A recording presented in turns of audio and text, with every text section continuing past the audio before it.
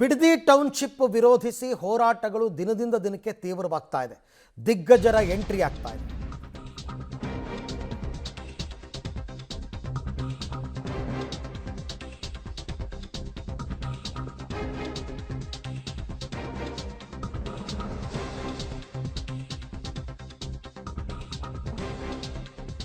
ಬಿಡದಿ ಹೋರಾಟದ ಅಖಾಡಕ್ಕೆ ಈಗ ದಿಗ್ಗಜರ ಎಂಟ್ರಿ.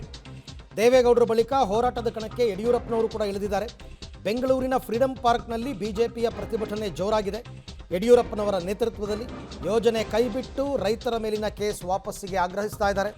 ಸಂಜೆ 5 ಗಂಟೆ ತನಕ ಈ ಪ್ರತಿಭಟನೆ ನಡೆಯುತ್ತೆ. ಎಲ್ಲ ಬಿಜೆಪಿ ನಾಯಕರು ಬಹುತೇಕರು ಈಗಾಗಲೇ ಅಲ್ಲಿ ಇದ್ದಾರೆ. ವಿಜಯೇಂದ್ರ ಅವರು ಕೂಡ ಬಂದಿದ್ದಾರೆ. ದೃಶ್ಯದಲ್ಲಿ ತಾವು ನೋಡ್ತಾ ಇದ್ದೀರಾ. ನೀರಾವರಿ ಜಮೀನನ್ನ, ಫಲವತ್ತಾದ ಜಮೀನನ್ನ ಕಬ್ಜಾ ಮಾಡ್ತಾ ಇರುವ ಸರ್ಕಾರಕ್ಕೆ, ನಗರ ನಿರ್ಮಾಣಕ್ಕಾಗಿ ರಾಮನಗರದ ಬಿಡದಿಯ ಫಲವತ್ತಾದ ಜಮೀನನ್ನ ವಶಪಡಿಸಿಕೊಳ್ತಾ ಇರುವ ಸರ್ಕಾರಕ್ಕೆ ರೈತ ಪರಿಹಾರ ಕೊಡೋ ಪ್ರಶ್ನೆನೇ ಇಲ್ಲ, ಅಕ್ವೇರೆ ಮಾಡಿಲ್ಲ ಅಂತ ಹೇಳಿ ಅವತ್ತಿನ ಉಪಮುಖ್ಯಮಂತ್ರಿಗಳು ಹೇಳ್ತಾರೆ. ಇವತ್ತು ಅದೇ ಪರಮೇಶ್ವರ್ ಉಪಮುಖ್ಯಮಂತ್ರಿ ಈಗ ಯಾಕೆ ಮಾತಾಡ್ತಾ ಇಲ್ಲ? ಇವತ್ತು ರೈತರನ್ನ ಒಕ್ಕಲೆಬ್ಬಿಸ್ತಾರೆ. ನಾನು ಕೂಡ ನಿನ್ನೆ ಅಲ್ಲಿ ಹೋಗಿ ಯಾವ ರೈತರು ಕೇಸ್ಗಳು ಹಾಕಿದ್ರು ಅವ್ರ ಮನೆ ಬಾಗಿಲಿಗೆ ನಾನು ಹೋಗಿದ್ದೆ. ಅವ್ರಿಗೆ ಸಾಂತ್ವನ ಹೇಳಿ ನಾವು ಬಂದಿದ್ದೀರಿ, ನೀವು ಭಯ ಬೀಳಬೇಡಿ, ನಿಮ್ಮ ಪರವಾಗಿ ನಾವಿರ್ತೀರಿ.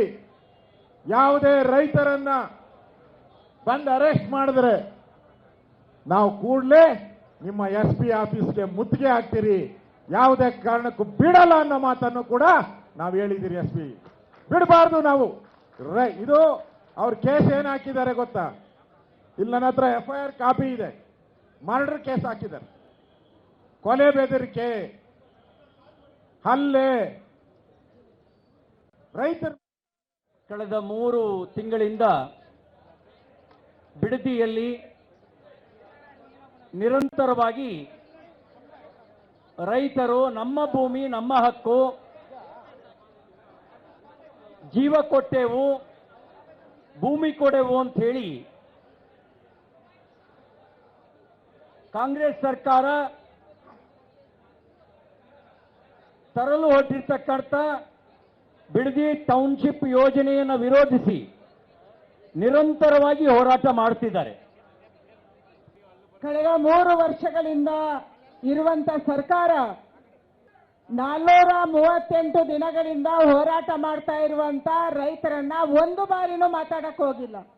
ಸಿದ್ದರಾಮಯ್ಯನವರ ನೇತೃತ್ವದ ಸರ್ಕಾರ ಇತ್ತು, ಈಗ DK ಶಿವಕುಮಾರ್ ಅವರ ನೇತೃತ್ವದ ಸರ್ಕಾರ. ಬೆಂಗಳೂರಿನ ಪಕ್ಕದಲ್ಲೇ ಬಿಡದಿಯಲ್ಲಿ ರೈತರು ಹೋರಾಟವನ್ನ ಮಾಡ್ತಾ ಇದ್ದಾರೆ. ಅವರ ನೋವೇನು, ಅವರ ಸಂಕಷ್ಟ ಏನು?